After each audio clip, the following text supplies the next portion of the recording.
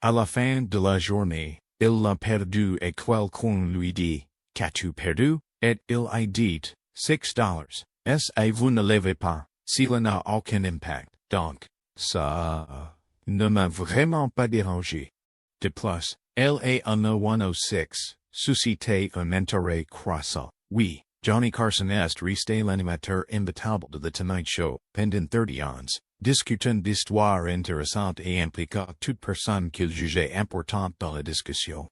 En tant qu'hôte, son travail consistait à mettre ses invités à l'aise. Écoute, il y a un tortue dans le trou. Je ne sais pas si le dîner est toujours prévu. Vais-je devoir endurer cela tous les 14 ans? Vous faites éruption ici comme ça. Mais il n'a pas hésité à exclure définitivement quiconque de la série. Au fil des années, Carson a popularisé une liste de personnes qu'il n'aurait plus jamais dans son émission. Il est surprenant de découvrir comment ils arrivent sur cette liste. Dans cette vidéo, nous révélons la liste surprenante de célébrités, Johnny Carson bannis du Tonight Show et les raisons qui la sous-tendent. Mais avant de révéler la liste des célébrités bannies de The Tonight Show et les raisons de leur sort, commençons par vérifier les antécédents du tristement célèbre Johnny Carson et de The Tonight Show. À propos de Johnny Carson, John William Carson est né à Corning, Iowa, le 23 octobre 1925, de Ruth Elizabeth Carson et Homer Lloyd Carson, directeur d'une entreprise d'électricité. Il était le deuxième de 3 enfants avec une sœur aînée, Catherine Carson Sotzing, et un frère cadet, Richard Carson. Enfant, John a vécu dans plusieurs villes du sud-ouest de l'Iowa, notamment Avoca, Florinda et Red Oak, avant de déménager à Norfolk, Nebraska, à l'âge de 8 ans. C'est à Norfolk qu'il a commencé à développer son talent pour le divertissement. Après le lycée, John a eu sa première rencontre avec Hollywood. Là, il a fait du stop, mais a été arrêté et condamné à une amende de $50 pour avoir usurpé l'identité d'un enseigne. Une histoire devenue légendaire, profitant des opportunités éducatives offertes par la marine. Johnny Carson a fréquenté l'université du Nebraska-Lincoln. Il a rejoint la fraternité Phi Gamma Delta et a continué à s'y amuser. Au départ, il s'est spécialisé en journalisme et avait l'intention de devenir auteur de comédie, mais il s'est rapidement tourné vers la création orale et le théâtre pour devenir interprète à la radio. La thèse universitaire de Carson était intitulée « Comment écrire une comédie pour la radio ». Il comprenait des sketchs et des blagues tirées d'émissions de radio populaires. Avec Carson fournissant des explications en voix off sur les techniques comiques. Ce projet unique lui a permis d'obtenir son diplôme en seulement 3 ans. En 1949, il obtient un baccalauréat en arts en radio et en parole avec une mineure en physique. Après avoir obtenu son diplôme, Carson a commencé à diffuser en 1950 à W Radio, en télévision, à Omaha. Il est rapidement devenu l'animateur d'une émission télévisée matinale intitulée The Squirrel's Nest. Pour compléter ses revenus, Carson a également été maître de cérémonie lors de dîners religieux locaux, souvent suivis par des politiciens et des dirigeants civiques dont il faisait la satire dans son émission. L'épouse de l'une des personnalités politiques d'Omaha, Carson, a usurpé les actions d'une station de radio de Los Angeles. En 1951, il référa Carson à son frère, qui avait une influence sur le marché émergent de la télévision en Californie du Sud. Cela a conduit Carson à rejoindre la chaîne de télévision de Los Angeles, appartenant à Candice, NXT, maintenant KCBS TV, de 1951 à 1960. Carson a aimé une émission de sketch à petit budget intitulée Carson's Cellar sur KSD, qui a gagné un public fidèle. En 1955, Jack Benny a invité Carson à apparaître dans son émission pendant les segments d'ouverture et de clôture. Johnny Carson a animé plusieurs émissions, en plus de Carson's Cellar, notamment le jeu télévisé Earn Your Vacation, 1950, et l'émission de variété CBS, The Johnny Carson Show de 1955 à 1956. Il a commencé comme conférencier invité sur l'original To Tell the Truth. En 1960, et devient conférencier régulier de 1961 à 1962. Après sa diffusion aux heures de grande écoute, The Johnny Carson Show a échoué. Il a déménagé à New York pour animer Who Do You Trust sur ABC TV de 1957 à 1962. Dans cette émission, il a rencontré son futur acolyte, Ed McMahon.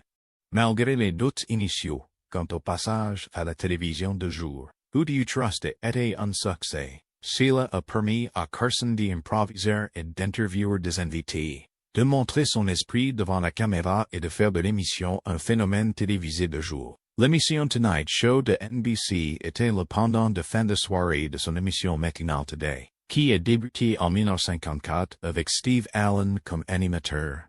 Lorsqu'Allen est passé aux heures de grande écoute en 1957, Jack Parr a pris le relais, mais s'est quitté en 1902. Le succès de Carson dans Who Do You Trust a conduit NBC et lui propose le rôle d'animateur pour Tonight. Il a d'abord refusé, craignant de devoir interviewer des célébrités 5 minutes par jour. Après que plusieurs autres animateurs, dont Bob Newhart et Groucho Marx, ayant refusé le poste, Carson fut persuadé de signer début février 1962. Carson discuta pour la première fois de son nouveau rôle dans l'épisode du 11 février 1962 de What's My Line. À 6 mois de son contrat avec ABC, NBC a fait appel à des hôtes invités, dont Merv Griffin, Art Linkletter et Jerry Lewis, jusqu'à ce que Carson puisse prendre le relais. Malgré ses doutes initiaux, Carson est devenu l'animateur de Tonight, qui deviendra plus tard The Tonight Show. Le octobre 1962, après une première année difficile. Continuez à regarder pour découvrir les célébrités Johnny Carson bannies de The Tonight Show. Numéro 1. Sylvester Stallone. Qui croirait qu'une icône comme Sylvester Stallone serait expulsé de n'importe quelle série? Eh bien, Johnny Carson, George de Merville. Le portrait de Rocky Balboa par Sylvester Stallone a catapulté sa carrière à des sommets incroyables dans les années 1920, le proposant au rang de célébrité. Stallone est devenu un visage familier aux côtés de Carson, faisant la promotion de ses projets, et se connectant avec l'animateur et le public. Cependant, les apparitions de Stallone dans la série ont soudainement cessé pour des raisons qui restent quelque peu mystérieuses. Cette exclusion inattendue du Tonight Show a marqué un tournant déroutant dans la relation de Stallone avec le programme et son animateur, malgré son succès et sa popularité considérable à l'époque. Il n'a même pas été invité à apparaître dans les derniers épisodes de la série de Carson en 1992, ce qui a laissé de nombreux fans perplexes. Peu de temps après, des rumeurs circulaient selon lesquelles Stallone n'avait pas respecté ses engagements. On a dit que l'acteur ne se présentait souvent pas et annulait les apparitions promotionnelles programmées, ce qui ne convenait pas à Carson. Carson, déjà mécontent de l'arrogance perçue de Stallone alors que sa renommée grandissait, a pris l'affaire au sérieux, a définitivement retiré Stallone de sa liste d'invités, puis a coupé tous les liens avec l'acteur, malgré l'absence de Stallone au Tonight Show. Et sa carrière continue de prospérer, avec un succès continu dans sa carrière d'acteur et un respect accru au sein de l'industrie. Numéro 2. Frank Sinatra même. Frank Sinatra n'a pas été épargné. Le célèbre chanteur et acteur, connu sous le nom de Old Blue Eyes et président du conseil d'administration, s'est vu interdire d'apparaître dans The Tonight Show. Sinatra, l'un des dirigeants du Rat Pack, faisait sensation dans le domaine du théâtre et de la musique à son époque. Son succès l'a naturellement amené à divertir le public sur diverses plateformes, dont The Tonight Show aux côtés de Johnny Carson. Cependant, des problèmes sont survenus entre Sinatra et Carson. Selon certaines informations, Carson s'y sentait dérangé par la présence imposante de Sinatra, et était attentif aux associations de Sinatra avec des personnalités du crime organisé. Carson a donc protégé son territoire, garantissant que les apparitions de Sinatra dans son émission étaient limitées. Il semble que le sentiment était réciproque, puisque Sinatra ne recherchait pas non plus une amitié étroite avec Carson. En conséquence, Sinatra n'a pas été très affecté par les invitations limitées au fil des ans. Carson, d'autre part, a maintenu une préférence pour inviter des talents musicaux et des pairs partageant des antécédents sains du Midwest similaires aux siennes. Avant que Sinatra ne cesse d'apparaître au Tonight Show, il était évident que les deux ne vibraient pas correctement. Vous dans leur brève interaction et entretien. L'exclusion de Sinatra du Tonight Show est la preuve de l'influence de Carson sur les listes des invités et de la dynamique qui a façonné son mandat d'hôte. Des années plus tard, le co-animateur de Johnny Carson, Ed McMahon, a rappelé un incident impliquant Frank Sinatra, qui a mis en évidence la relation tendue entre les deux. McMahon a détaillé l'histoire dans son livre Here's Johnny, racontant une époque où lui et Carson étaient au piano-bar d'un restaurant de Manhattan appelé Gilles, se préparant pour une séance de musique impromptue. Leurs plans ont été brusquement interrompus par l'arrivée inattendue de Sinatra, qui a étonné toutes les personnes présentes en raison du statut vénéré de Sinatra. Malgré l'atmosphère solennelle, Carson a rompu le silence avec une explosion de jurons visant Sinatra, exprimant sa frustration face au timing de Sinatra. Carson a rappelé à Sinatra qu'il devait comparaître à 10h30, visiblement peu impressionné par l'interruption de la préparation musicale. Rodney Dangerfield, le comédien de stand-up irrévérencieux connu pour son slogan autodérision, "I don't get no respect", a eu une relation difficile avec Johnny Carson at The Tonight Show. Malgré l'admiration manifeste du public pour lui, Dangerfield ressentait un manque d'enthousiasme de la part de Carson lui-même. Elle plaisantait souvent. J'évoquais une danseuse du ventre. Elle me disait que je lui avais retourné le ventre, reflétant son perpétuel sentiment de sous-estimation, un sentiment qui reflétait ironiquement son personnage comique. Dangerfield pensait que Carson n'avait pas réussi à apprécier sa popularité et sa voix comique unique, rejetant l'éthique de travail derrière son art. Cette perception a conduit à des entretiens occasionnels difficiles, contribuant au flux d'apparitions de Dangerfield pendant le mandat de Carson, bien qu'ils n'aient jamais été explicitement interdits. Les écarts entre ses invités se sont creusés en raison de malentendus et des soupçons. Prudence de Dangerfield selon laquelle il appartenait réellement au cercle restreint de Carson. D'autres frictions seraient dues à des problèmes commerciaux. Dangerfield possédait indépendamment un grand club de comédie et essayait de promouvoir les événements à venir lors de ses apparitions. Ce mélange de projets personnels et d'apparitions dans des spectacles n'a pas toujours été bien accueilli par la hiérarchie des réservations de Carson. Ces tensions cumulées ont créé une dynamique complexe, malgré leur respect mutuel. Bien que Dangerfield soit resté un favori des fans, son inconfort sous le regard de Carson signifiait que leur relation n'avait jamais égalé le rapport facile que Carson partageait avec ses invités récurrents les plus proches. Mando, à l'origine, un comédien en herbe, a été licencié lors de sa première apparition dans The Tonight Show, ce qui est compréhensible étant donné le choc de style comique. L'acteur et comédien canadien Howie Mandel s'est retrouvé sur la liste noire de Carson pour des raisons fragiles. Contrairement à Dangerfield, le problème avec Mandel était son style d'humour. L'approche énergique de Mandel en matière de comédie ne convenait pas à Carson, qui préférait un ton plus contrôlé et cohérent pour son émission. Ces chocs de styles comiques a conduit Carson à interdire à Mandel de revenir au Tonight Show. Lorsque Howie Mandel est apparu en tant qu'invité dans The Tonight Show en 1979, il a apporté un style comique qui allait à l'encontre des préférences de Johnny Carson. Mandel a tenté une farce impliquant un gang gonflable attaché à sa tête, mais Carson a rapidement rejeté l'accessoire avant que Mandel ne puisse prononcer la punchline, montrant son manque d'amusement. Cette interaction a mis en évidence la disparité de leur sensibilité comique. Et la domination de Carson sur le ton du spectacle et les interactions avec les invités étaient évidentes. Comme beaucoup d'autres, Mandel a dû s'adapter aux attentes et préférences de Carson lorsqu'il était à l'antenne. L'incident a souligné l'importance de s'aligner sur les goûts comiques de Carson pour obtenir son approbation et assurer une apparition dans The Tonight Show. Ceux qui s'écartaient du style préféré de Carson risquaient de ne pas impressionneur et potentiellement d'être embarrassé ou exclu de futures invitations. L'exclusion de Mado a une fois de plus souligné l'influence significative de Carson sur les listes des invités de l'émission et le ton général qu'il souhaitait maintenir. Malgré le revers de The Tonight Show, Howie Mandel a connu un succès commercial considérable, notamment avec des rôles dans des films comme Gremlin et d'autres projets plus tard dans sa carrière.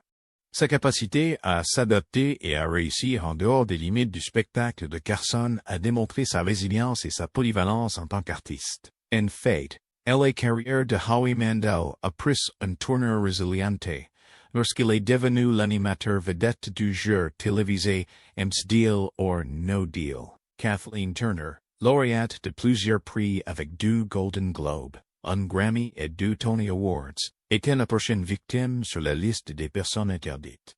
Turner est devenue célèbre dans le rôle de Maddie Walker dans le film néo-noir Body Heat de 1901, qui l'a qualifié de sex symbol tout au long de la décennie. Avec sa popularité croissante, Turner était demandé dans de nombreuses émissions de télévision et a fait plusieurs apparitions dans The Tonight Show starring Johnny Carson. Selon certains, l'attitude de diva de Kathleen Turner a largement contribué à son rejet par Johnny Carson.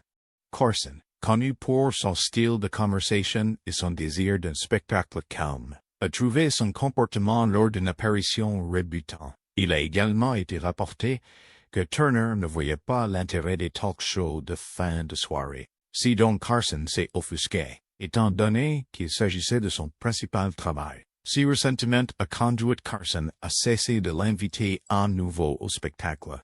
En conséquence, l'absence de Turner du Tonight Show a coïncidé avec une baisse de sa popularité globale. Mais l'histoire de Turner ne s'arrête pas là. Son immense talent et son dévouement à son métier l'ont finalement conduit à Broadway, où elle a connu un succès renouvelé.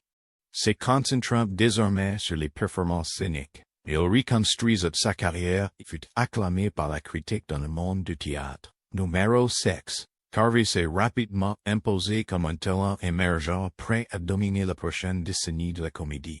Profitant des opportunités publicitaires de fin de soirée, Harvey a fait plusieurs apparitions dans The Tonight Show. En 1991, au sommet de sa renommée, il revient au spectacle de Carson pour promouvoir The Wayne's World Movie, une adaptation cinématographique du sketch récurrent de SNL qui avait cristallisé son personnage le plus identifiable à ce moment culturel. Cependant, au lieu de discuter exclusivement du film ou de reprendre les sketchs préférés des fans, Harvey a choisi de jouer des impressions troublantes de Carson et d'autres personnages de talk show.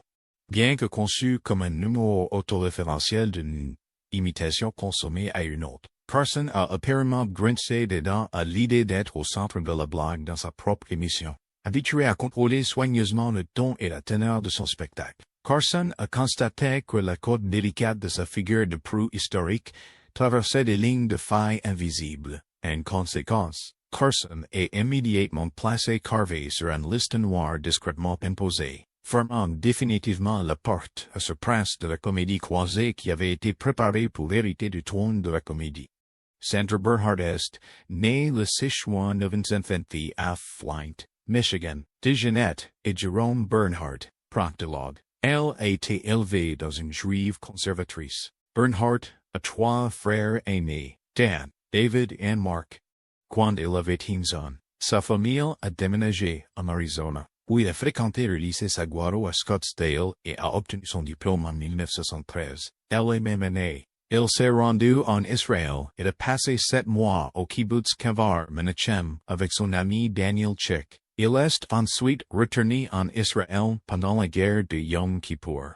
La carrière de Bernhardt a décollé lorsqu'elle est devenue une habituée du Comedy Store. Son talent comique lui a valu un rôle d'actrice dans un second rôle dans The Richard Pryor Show en 1977, suivi d'apparitions dans des talk shows en soirée. Sa percée a eu lieu en 1981, lorsque Martin Scorsese l'a choisi pour incarner le kidnappeur harceleur Macha dans le film Le Roi de la Comédie.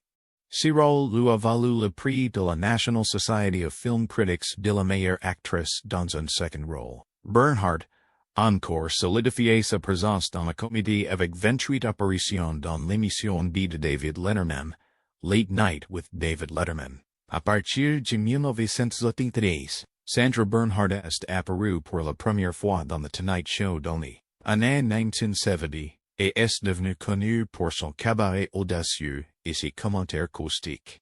Bernhard était un invité fréquent dans les années 1980, capable de suivre le rythme de Carson. Cependant, en 1988, les réservations ont soudainement cessé. Beaucoup ont supposé que c'était parce que ses sketchs audacieux repoussaient les limites de Carson, ce qu'ils n'appréciaient pas. Au cas où vous ne le sauriez pas, l'influence de Carson sur la série était presque absolue. S'ils ne vous aimaient pas, vous étiez essentiellement hors de la liste. Bien que Bernhard n'ait pas été officiellement banni, elle n'a jamais été invitée à nouveau, confirmant les soupçons selon lesquels elle n'était plus la bienvenue. D'autres pensaient que l'aversion de Carson provenait du fait qu'elle avait mentionné la politique lors de ses apparitions, ce qu'il préférait éviter. Carson visait à garder le spectacle léger et à constater que les discussions politiques pouvaient détériorer l'atmosphère. Numéro 8. Bob Hope. Même le comédien d'origine britannique Bob Hope n'était pas à l'abri d'être banni du Tonight Show. L'acteur et comédien aux multiples talents Bob Hope a connu une carrière remarquable, ses talents sur plusieurs décennies, atteignant l'âge impressionnant de 100 ans. Cependant, sa relation avec Johnny Carson s'est détériorée en raison du manque de mémoire de Hope, un problème courant plus tard dans la vie qui n'a pas découragé le comédien de continuer à se produire. L'incident de Hope avec Carson s'est produit alors qu'elle devait apparaître dans The Tonight Show. Avant le spectacle, Hope a envoyé à Carson une liste spécifique de questions qu'il a insisté pour que Carson lui pose dans un ordre strict. Cette approche scénarisée représentait un défi pour Carson, connu pour son esprit spontané et ses talents d'improvisation. Le fait d'être limité aux questions préparées par Hope a limité la capacité de Carson à injecter de l'humour et des commentaires, ce qui l'a profondément frustré. Johnny Carson, qui était à l'époque le principal producteur d'argent de NBC, était habitué à un style plus doux et plus engageant dans son émission. Le fait d'être contraint par le format scénarisé de Hope se heurtait à la préférence de Carson pour les conversations animées et spontanées. Selon Andrew Nichols, l'ancien co-scénariste de Carson, et l'épendance de Hope à l'égard du matériel préparé et son incapacité à s'engager dans un dialogue authentique ont épuisé Carson. En fin de compte, Hope n'est jamais retourné au studio The Tonight Show car Carson a clairement indiqué qu'il ne souhaitait plus le voir comme invité. Alors que Hope ravissait souvent le public avec ses routines comiques, y compris sa sortie rapide, Carson en avait assez de ses routines prévisibles et d'autres aspects de sa personnalité. Malgré le profond respect de Carson pour la stature de Hope dans l'industrie du divertissement, comme l'a noté le producteur du Tonight Show Peter Wessely, Carson n'y partageait pas la même admiration pour le travail de Hope. À la frustration de Carson s'ajoutait la tendance de Hope à quitter le Tonight Show chaque fois qu'il avait quelque chose à promouvoir. Cette pratique a agacé Carson, contribuant à sa décision d'interdire officieusement à Hope d'apparaître dans la série, bien qu'ils aient commencé par une relation amicale et partagent un cercle d'amis similaire, y compris le fait d'être salué comme Messiah Entertainment. Et la querelle entre Newton et Carson s'est poursuivie pendant des décennies à huis clos. Wayne Newton, célébré comme une icône légendaire du chant et une pop star, a connu un succès commercial considérable, tandis que Johnny Carson était célèbre comme le roi de Late Night, synonyme de The Tonight Show. Leur relation initiale a conduit Newton à faire plusieurs apparitions dans la série. Cependant, le querelle en cours est finalement mis fin au spot invité de Newton sur The Tonight Show. Le conflit entre Johnny Carson et Wayne Newton se démarque comme le plus intense de la liste d'aujourd'hui, impliquant des enjeux et même des poursuites judiciaires, avec des tensions allant au bord de la confrontation physique. Le conflit a commencé lorsque Carson a commencé à plaisanter sur l'apparence physique de Newton, remettant en particulier en question sa masculinité. Ce qui a commencé comme de légères taquineries, s'est rapidement transformé en taquinerie persistante. Carson enrôlant d'autres comédiens pour les rejoindre. Newton a tenté de résoudre le problème en privé, passant près de 6 mois à essayer de convaincre Carson d'arrêter les blagues. Cependant, les taquineries se sont poursuivies sans relâche. Il était très en colère contre moi et a commencé à faire des blagues dans son émission et à ce que d'autres comédiens se joignent à ses blagues sur mon manque de virilité. Je suppose que c'est la meilleure façon de le dire, a déclaré Newton dans une interview avec le Review Journal. Newton pensait que ces blagues n'étaient pas justifiées, car elles étaient totalement infondées. Frustré par l'humour mesquin de Carson, Newton l'a publiquement confronté à la télévision nationale, mais cela n'a pas réussi à arrêter les blagues. Dans un geste audacieux, Newton apprit de ça les studios NBC alors que Carson était en réunion avec le producteur Fred de Cordova, menaçant de violence physique si les taquineries continuaient. Carson a minimisé la confrontation, mais les tensions sont restées vives. Le point culminant de leur querelle est survenu lorsque Newton a acheté l'hôtel Aladdin en 9/20, une propriété que Carson convoitait depuis longtemps. Cette acquisition a encore enflammé leur animosité. Leur dispute est devenue si amère que toute personne associée à Newton, y compris ses amis proches, a été bannie du Tonight Show. Oui, vous avez bien entendu. La chanteuse américaine Lola Falana s'est également retrouvée indésirable dans The Tonight Show. Née Latha Elaine Falana, figure marquante de la télévision américaine dans les années 1970. Elle était admirée pour sa beauté et sa charmante personnalité. À l'époque, elle était omniprésente dans les émissions de variété et était fréquemment invitée à The Tonight Show. Cependant, un jour, son manager a annoncé publiquement que Falana, connue pour son rôle dans The Love Boat, n'était plus invitée à comparaître. Elle est raison de cette exclusion serait son association étroite avec Wayne Newton. Bien que Falana elle-même n'en ait jamais parlé publiquement, beaucoup pensaient que la décision était liée à la querelle en cours entre Johnny Carson et Newton, largement médiatisée à l'époque. Un article du Lexington Herald du 4 février 1921 traitait de cet incident, survenu au plus fort de l'animosité entre Carson et Newton. Il est apparu que Carson nourrissait un ressentiment persistant à l'égard de l'acquisition de l'hôtel Aladdin par Newton, ce qui a encore tendu leur relation. Falana n'a pas laissé l'interdiction affecter sa carrière et a continué à progresser dans l'industrie. En 1995, Falana a collaboré avec l'artiste catholique Joseph Lee Hooker pour enregistrer la chanson Don't Cry Mary. Depuis qu'elle a pris sa retraite du monde du spectacle, elle consacre son temps à parcourir le pays, diffusant des messages d'espoir et de spiritualité. Lorsqu'elle n'est pas entourée, elle mène une vie tranquille à Las Vegas, se concentrant sur le ministère des Langues of God, un apostolat qu'elle a fondé. Et les missions principales du ministère est d'aider les enfants orphelins d'Afrique subsaharienne, en étroite collaboration avec l'organisation Save Sub-Saharan Orphans. La dernière performance musicale documentée de Falana a eu lieu en 1997 à Wayne Newton's Theatre à Branson, Missouri. Entre 1965 et 1968, Lola Falana a eu une liaison avec son mentor de l'époque, Sammy Davis Jr., qui est devenu public après que David l'ait avoué à son épouse d'alors. Cependant, leur mariage s'est soldé par un divorce en 1965. C'est la preuve qu'être banni de Johnny Carson show n'est pas une raison pour se sentir mal ou rater sa carrière de série. Numéro 11. Rich Little est né à Ottawa, Ontario, Canada, le deuxième de 3 enfants. Son père, Lawrence Peniston, Lil, était un chirurgien qui a servi dans la réserve des volontaires de la Marine royale canadienne pendant la Seconde Guerre mondiale. Il a ensuite travaillé pour le ministère des Anciens combattants jusqu'à sa mort en 1959.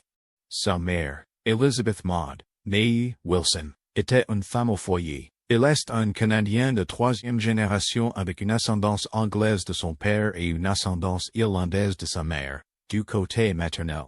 Il descend de John Wilson, qui fut président du 5e Parlement du Haut-Canada dans les années 1820. Son arrière-grand-père paternel, William Carruthers, Little, fut député à la Chambre des communes du Canada de 1867 à 1881. Little fréquenta le Lisgar Collegiate Institute au début de son adolescence. Il a collaboré avec Jeff Scott, un autre aspirant impressionniste, devenu plus tard homme politique. S'est concentré sur l'imitation de politiciens canadiennes, tels que le Premier ministre John Diefenbaker et la maire d'Ottawa Charlotte Wheaton. Fait intéressant, s'il y avait une figure hollywoodienne que Johnny Carson ne pouvait pas tolérer, c'était bien l'imitateur de la célébrité Rich Little. Le mépris de Carson pour Little a grandi avec le temps, malgré les nombreuses apparitions de Little dans The Tonight Show au début de sa carrière. Les impressions de Rich Little sur Richard Nixon et Jimmy Stewart ont été un succès auprès des fans et des téléspectateurs de The Tonight Show, ce qui lui a valu des invitations répétées sur le plateau. Cependant, son mandat d'hôte régulier a été interrompu après une apparition en 1976, lorsqu'il a décidé de se faire passer pour Johnny Carson sans avertissement, alors que certaines célébrités auraient pu le prendre avec enthousiasme. Carson, connu pour sa sensibilité, l'a pris différemment. Beaucoup pensant que cet incident a conduit Little à être banni de la série. Dans une interview accordée à Sunday Morning en 2021, Little a réfléchi à la situation, admettant son incertitude, quant aux raisons pour lesquelles il a été laissé de côté. J'ai dit quelque chose qui a ennuyé quelqu'un. Oh Johnny en avait assez que je l'imite, suppose a Little. Malgré ses efforts pour comprendre, il n'a jamais reçu d'explication claire. Bien que Little n'y soit jamais revenu au Tonight Show, il s'est finalement réconcilié avec Johnny Carson des années plus tard lors d'une rencontre fortuite dans un restaurant de Malibu. Carson s'est approché de la table de Little, lui demandant s'il était toujours en train de faire son impression. Little a confirmé qu'il l'avait fait et a noté l'appréciation continue du public pour son impression de Carson, la considérant comme l'une de ses meilleures. Cette rencontre marquait une résolution pacifique entre les deux talents comiques. Quant à Carson, il s'est demandé si le public l'avait oublié depuis qu'il avait pris sa retraite de la série. Cependant, Little l'a rassuré sur le fait qu'il resterait populaire et qu'il avait l'intention de continuer à se faire passer pour l'animateur du talk show. Numéro 12. Joan Rivers a été bannie parce qu'elle avait un désaccord avec Johnny Carson. Leur désaccord est peut-être le plus connu de ce répertorié ici. Joan Rivers, une pionnière de la comédie, est devenue célèbre grâce à des séries de télé-réalité telles que The Apprentice et Fashion Police. Dans l'escouade, elle critiquait les choix vestimentaires des célébrités. Entrer dans un secteur aussi exigeant en tant que femme était un véritable défi, et Rivers l'a abordé avec prudence,